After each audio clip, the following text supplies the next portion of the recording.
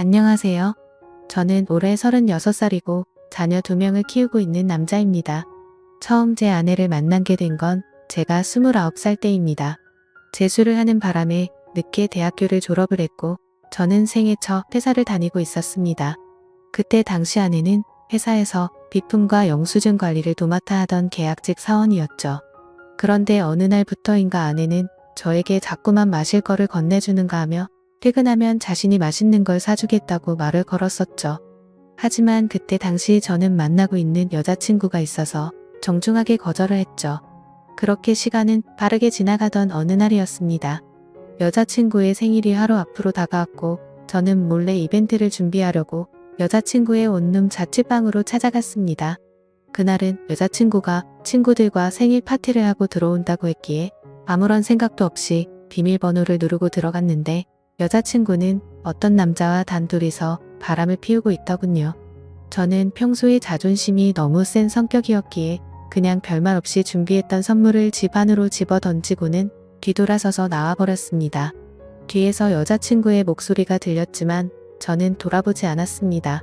정말 서로 좋아했고 충격적인 그 상황에 힘들지 않았다면 거짓말이겠죠. 하지만 도저히 용서를 할 수 없었기에 모든 연락을 피하고 저 혼자서 그 상처를 묵묵히 견뎌내고 있었습니다. 그런데 제가 그렇게 힘든 걸 아는지 모르는지 계약직 사원이었던 아내는 제게 매일같이 호감을 표시하더라고요. 사실 저는 아내에게 관심이 없었습니다. 외모는 평범하면서도 귀여운 편에 속했지만 여자에 대해 진절머리가 났던 상태였습니다. 하지만 아무리 거절을 해도 계속해서 제게 달라붙길래 그냥 퇴근하고 술이나 한잔 하자고 말하게 되었죠.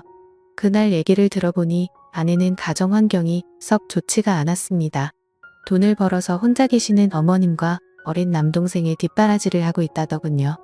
물론 저보다 어린 나이에 기특하게 열심히 사는 모습이 좋아 보였지만 그저 그런 마음일 뿐 아내에게는 전혀 마음이 가지가 않았습니다.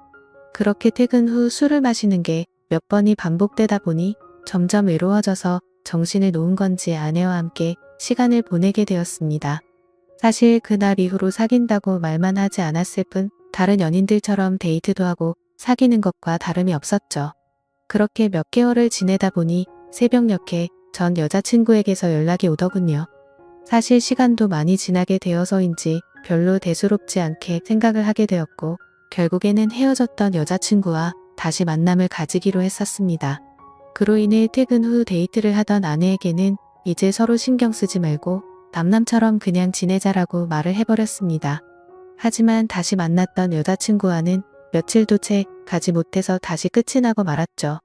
처음에는 대수롭지 않게 생각했지만 만나면 만날수록 그때 있었던 일이 자꾸만 떠오르더군요. 더 오래 만나다가는 제게 의처증이 생겨나버릴 것 같고 상상만 해도 견딜 수가 없어서 또 다시 헤어짐을 선택하게 됐습니다. 그러던 중 저녁 늦게 지금의 아내에게서 갑자기 연락이 왔습니다. 한참을 아무 말 없이 망설이더니 임신을 했다고 말하더라고요. 사실 그때 그 이야기를 들었을 때는 많은 생각이 들었죠. 정말 임신을 한 게 맞는 건가? 나를 붙잡으려고 지어낸 이야기가 아닐까라고 생각도 했고 별의별 생각이 다 들었습니다. 저는 다시 한번 확실하냐고 물었더니 확실하다고 하더라고요. 솔직히 그때 당시 아내에게는 정말 몹쓸 짓을 많이 했습니다. 물론 어린 나이는 아니었지만 갑작스러운 상황에 어떻게 이걸 해결해야 할지 몰라 저는 무작정 아내를 무시하기 시작했습니다. 정말 지금 생각해봐도 제가 너무 무책임하기 짝이 없었습니다. 매일같이 울고 불며 이야기를 했지만 저는 끝끝내 아무 말도 하지 않고 모르쇠로 일관했었으니까요. 그리고 눈물만 뚝뚝 흘리는 어린 아내에게 따뜻한 말 한마디도 한 적이 없었습니다. 그렇게 시간은 지나갔고 아내는 마침 계약직 날짜가 종료되어서 회사에 더 이상 나오지 않게 되었습니다. 솔직히 그때는 저도 모르게 안도감이 먼저 들더군요. 이제는 가시방석에 앉아있을 필요도 없겠구나 하면서 말이죠. 정말 지금 생각해도 저는 천하의 나쁜 놈이었습니다. 아무튼 그날이 있고 나서는 멘탈이 제대로 잡혀지지가 않았죠. 그러다 어느 날 친형과 술을 먹게 되었습니다. 이런저런 이야기를 나누다 결국 지금까지 있었던 모든 이야기를 털어놓게 되었습니다. 당연히 친형은 제게 욕부터 하더라고요. 결국에는 부모님 귀에까지 들어가게 되었습니다. 집에서는 난리가 났었죠. 아버지께서는 남의 자식 망쳐놓고 뭐 좋은 일 있다고 매일같이 술이나 마시고 다니냐고 엄청 화가 나셨습니다. 어머니와 친형까지 저의 행동에 엄청나게 비난을 했었고 부모님께서는 집에 한번 데리고 오라고 하셨고 저는 또 모르쇠로 일관했습니다. 하지만 어느 날 형은 제 휴대폰 연락처를 뒤지게 되었고 아내의 연락처를 알아내어서 저를 제외한 가족들이 아내를 만나게 되었습니다. 그러고는 며칠 뒤에 저는 모르게 아내를 집으로 부르셨습니다. 저는 당연히 아무 생각 없이 친구들과 술을 마시고 늦게 집으로 들어갔는데 제 아내가 집에 와 있어서 정말 얼마나 깜짝 놀랐는지 모릅니다. 일단 어쩔 수 없이 저는 아내와 나란히 부모님 앞에 앉게 되었고 부모님께서는 앞으로 어떻게 할 거냐고 화를 내셨습니다. 저는 그냥 술김에 짜증도 나고 이 상황을 빨리 벗어나고 싶은 마음이 컸습니다. 그래서 홧김에 저는 그냥 결혼할 테니까 더 이상 좀 그만하라고 앞으로 이 문제로 왈가불가하지 말아달라고 말했습니다. 솔직히 홧김에 그런 말을 하긴 했지만 당연히 그때 당시 저는 이 말을 한다고 해서 정말 결혼할 생각은 없었습니다. 부모님 역시 그러라고 말씀하실 일은 절대 없다는 확신에 차서 한 말이었죠. 하지만 예상외로 아버지께서는 그때 그 자리에서 또박또박 말씀하시더군요. 그러면 지금 처잡은 부모님이랑 조만간 만나서 이야기를 하고 싶으니 부모님이 시간 되실 때 자리를 한 번 마련해보자고 하시더군요. 이때 당시도 설마라는 생각을 가지고 있었고 술에 취해서 그냥 대충 상황을 정리하고 얼른 일어나서 제 방으로 들어가 버렸습니다. 그렇게 아내는 집으로 돌아갔고 저는 술이 점점 더 올라오더니 제게 말도 없이 집에 찾아온 게 너무 화가 나더라고요. 그래서 새벽 늦은 시간에 전화를 걸었습니다. 차마 입에 담을 수 없는 욕이란 욕을 다 하면서 막말을 엄청 쏟아냈습니다. 아내는 저희 부모님이 비밀로 하라고 해서 미리 말 못했다며 그저 미안하다고 울기만 하더라고요. 아무튼 그날 이후로는 부모님과도 말을 하지 않았습니다. 그러자 부모님께서도 저를 없는 사람 취급하시더군요. 그러다가 며칠이 지나서 친형이 제게 얘기 좀 하다고 부르더군요. 무슨 일인가 싶어서 형과 이야기를 하는데 오늘 부모님께서 아내분 어머님을 만나 뵙고 왔다는 이야기를 제게 해주더라고요. 오늘 가보니 그쪽 상황이 많이 힘든 걸 알게 되었답니다. 얘기를 해보니 아내가 벌던 돈들은 전부 처가댁에 장모님과 처남의 생활비로 다 들어갔었고 지금까지 아내가 모아놓은 돈도 없다고 말하더군요. 그쪽이 형편이 좋지 않아서 당장 혼수조차 부담하기가 힘든 상황이라며 제게 어떻게 하려고 이런 일을 벌인 거냐고 묻더라고요. 저는 그 말을 듣고 속으로 만세를 불렀습니다. 이제 부모님께서도 이 결혼을 포기하시겠구나라는 생각이 들었던 거죠. 그리고 그때 당시에 저도 취직을 한 지 얼마 되지 않았었기에 모아둔 돈이라고는 고작 1,000만 원가량밖에 없었거든요. 하지만 보수적인 성격이었던 저희 부모님은 고집을 꺾지 않으셨습니다. 결혼식이야 가족끼리 조촐하게 치르면 되는 거고 집 문제야 본가에서 같이 살면 다 해결되는 문제니 뭐가 문제냐며 제 기대를 꺾어버리셨습니다. 결국 순식간에 결혼 날짜를 잡게 되었고 일정대로 척척 진행이 되더군요. 저는 그때부터 너무 당황했고 속이 타들어갔습니다. 그렇게 좋아하지도 않았던 여자랑 결혼을 해서 평생을 함께할 생각에 암담하더군요. 그리고 부모님의 고집만 내세우니까 점점 화가 나서 크게 대들기도 했습니다. 제 앞으로의 인생이 달린 문제인데 왜 이렇게 무책임하게 진행하냐고 화를 냈죠. 그러자 부모님은 네가 저지른 문제는 성인이 된 네가 책임지는 게 맞는 거고 네가 결혼한다고 하지 않았냐고 되묻자 저는 할 말이 없어졌습니다. 그냥 그때 당시에는 모두가 저를 망치게 만들려고 하는 것만 같아서 사소한 거 하나하나 다 마음에 들지 않았고 고슴도치처럼 모든 게 날이 서서 삐뚤게 느껴졌습니다. 아내에게도 못된 말을 계속 했습니다. 이따위로 억지로 결혼한다고 달라질 것 같냐며 나를 만나봤자 돈도 없어서 아무것도 못 해줄 거고 시집살이가 그렇게 호락호락할 것 같냐고 말했습니다. 그리고는 정말 너한테 잘해줄 자신이 없으니까 고집 피우지 말라고 했죠. 하지만 제가 그런 말을 할 때마다 자신이 더 잘하겠다며 말하는데 너무 답답하고 그 상황이 싫었습니다. 심지어 친한 친구놈들 몇몇과도 술을 먹다가 이 이야기가 나오면 친구들은 온갖 욕을 제게 했죠. 그래서 점점 이 일로부터 자유로워지고 싶다는 생각이 들기 시작했고 결국 제 책임을 통감하고 모든 사람의 뜻대로 그냥 결혼을 하기로 마음을 먹었습니다. 하지만 너무 삐뚤어져 있었던 저는 그렇게 마음을 먹고도 막말을 입에 달고 살았죠. 부모님께는 잘 살 자신이 없으니 행복한 결혼 생활을 할 거라는 기대는 하지도 말라고 했고 아내에게도 늘 차갑게 몹쓸 말들을 많이 했습니다. 그리고 결국에는 결혼을 하게 되었습니다. 정말 좋아서 한 결혼도 아니었으니 신혼생활은 말할 것도 없었습니다. 신혼여행은 해외여행은커녕 국내에 있는 흔한 여행지로 갔습니다. 심지어 그곳에 가서도 아내는 내팽겨쳐두고 혼자서 이곳 저곳 돌아다녔고 거의 말도 하지 않았습니다. 그리고 나서 일상생활을 하면서도 퇴근하고 집에 들어오면 게임을 하거나 TV를 보면서 지내본 아내와는 일상적인 대화는 나누지도 않았습니다. 그리고 주말이나 노는 날에는 저는 항상 밖에서 친구들과 놀고 술을 먹다가 들어오고는 했죠. 평범한 부부들은 아내가 아기를 가졌을 때 급진히 대접받는다고 하지만 저희 부부는 그렇지 못했기에 제 아내는 그런 대접은 전혀 받지 못했습니다. 오히려 제 눈치를 보느라 뭘 먹고 싶다라는 이야기조차 단 한 번도 한 적이 없었죠.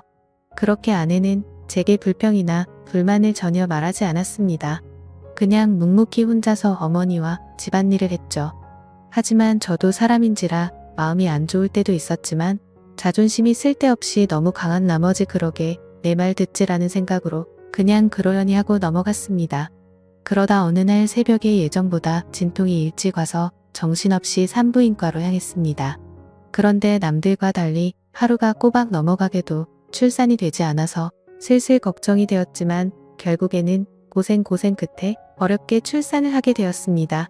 출산 후 지쳐 누워있는 아내를 보고 있는데 저도 모르게 갑자기 울컥해서 눈물이 나더군요. 힘없이 늘어져 있는 모습에 뭔가 모를 마음이 들었죠. 하지만 쓸데없는 자존심에 그 눈물조차 보이기 싫어서 그냥 문 밖으로 나가버렸습니다. 그날 장모님과 처남이 아내의 손을 꼭 잡고 있을 때도 저는 아내의 손을 잡기조차 겁이 나더라고요. 제가 무슨 자격이 있어서 그 손을 잡을 수 있을지 그냥 무심한 척 수고했다는 말 한마디를 남기고는 그렇게 나왔습니다. 그날 이후로는 제 아내에게 미안한 마음이 많이 생겨났습니다. 언제나처럼 무뚝뚝하게 아내를 대했지만 마음은 그렇지 않았죠. 예전과 달리 미안한 마음이 생겨났었고 그동안 미안했다는 말 한마디를 하고 싶었습니다.